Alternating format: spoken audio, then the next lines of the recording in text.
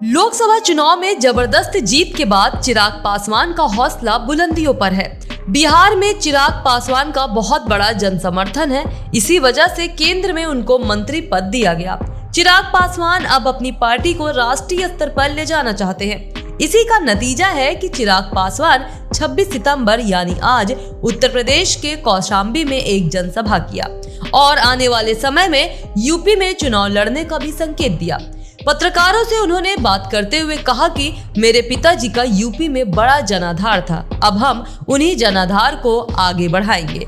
हालांकि लोगों ने ये कयास लगाना शुरू कर दिया था कि चिराग की पार्टी यूपी में एनडीए गठबंधन के साथ मिलकर चुनाव नहीं लड़ेगी, लेकिन मीडिया से बात करते हुए चिराग ने कहा कि वो यूपी में एनडीए गठबंधन को और मजबूत करेंगे। जंग है और जीतन राम मांझी लालू प्रसाद यादव के बीच जंग चल रही है। दोनों लोग जाति पर सवाल उठा रहे हैं। जीतन राम मांझी लालू को कह रहे हैं गड़ेरिया है और जीतन राम लालू जिनको कह रहे हैं आप गुजर जाति थे।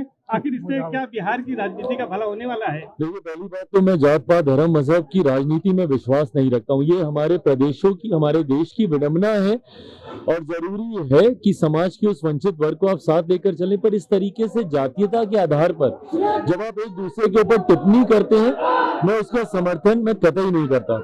हैविंग सेड दैट, जिन दोनों नेताओं का आप जिक्र कर रहे हैं, आदरणीय लालू जी, आदरणीय जीतन राम मांझी जी, दोनों उम्र में, रुतबे में, तजुर्बे में मुझसे बहुत आगे हैं, मुझसे बहुत बड़े हैं। मुझे लगता है ये दोनों सक्षम है एक दूसरे को अपनी बातें समझाने में। उनसे उम्र में मैं बहुत कम हूँ, तजुर्बे में मैं बहुत कम हूँ।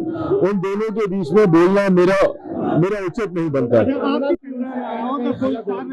उन्होंने कृषि कानूनों को लेकर जो बयान दिया है उसके बाद तमाम नाराजगी देखी जा रही है। कुछ उनके ऐसे बयान आए हैं जिसके बाद पता चलता है कि आप भी नाराज हैं उनसे। कुछ नहीं, मेरी नाराजगी नहीं है कंगना से। देखिए, कंगना आज की तारीख में सिर्फ एक कलाकार नहीं है, वो एक राजनीतिक दल की सदस्य भी है।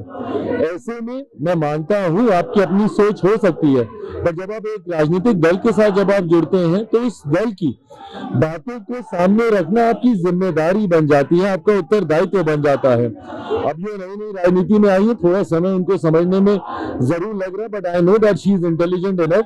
वो जल्द इन बातों को समझेंगी।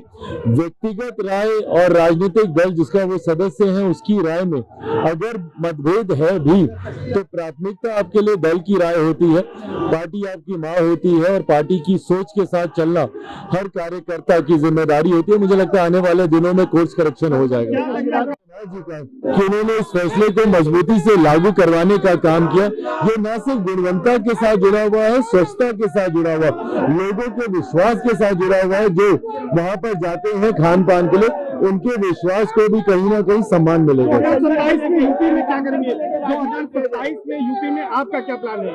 लोक जनशक्ति पार्टी रामविलास, मेरे नेता, मेरे पिता आदरणीय रामविलास पासवान जी का बड़ा जनाधार उत्तर प्रदेश में रहा है। लोकसभा के चुनाव से हम लोग के जो परिणाम आए चुनाव के, उससे हम लोग को निराशा है, पर मैं मानता हूं कि 27 के चुनाव में एनडीए एकजुट होकर मजबूती से लड़ेगा और पुनः डबल इंजन की सरकार हम लोग बनाएंगे।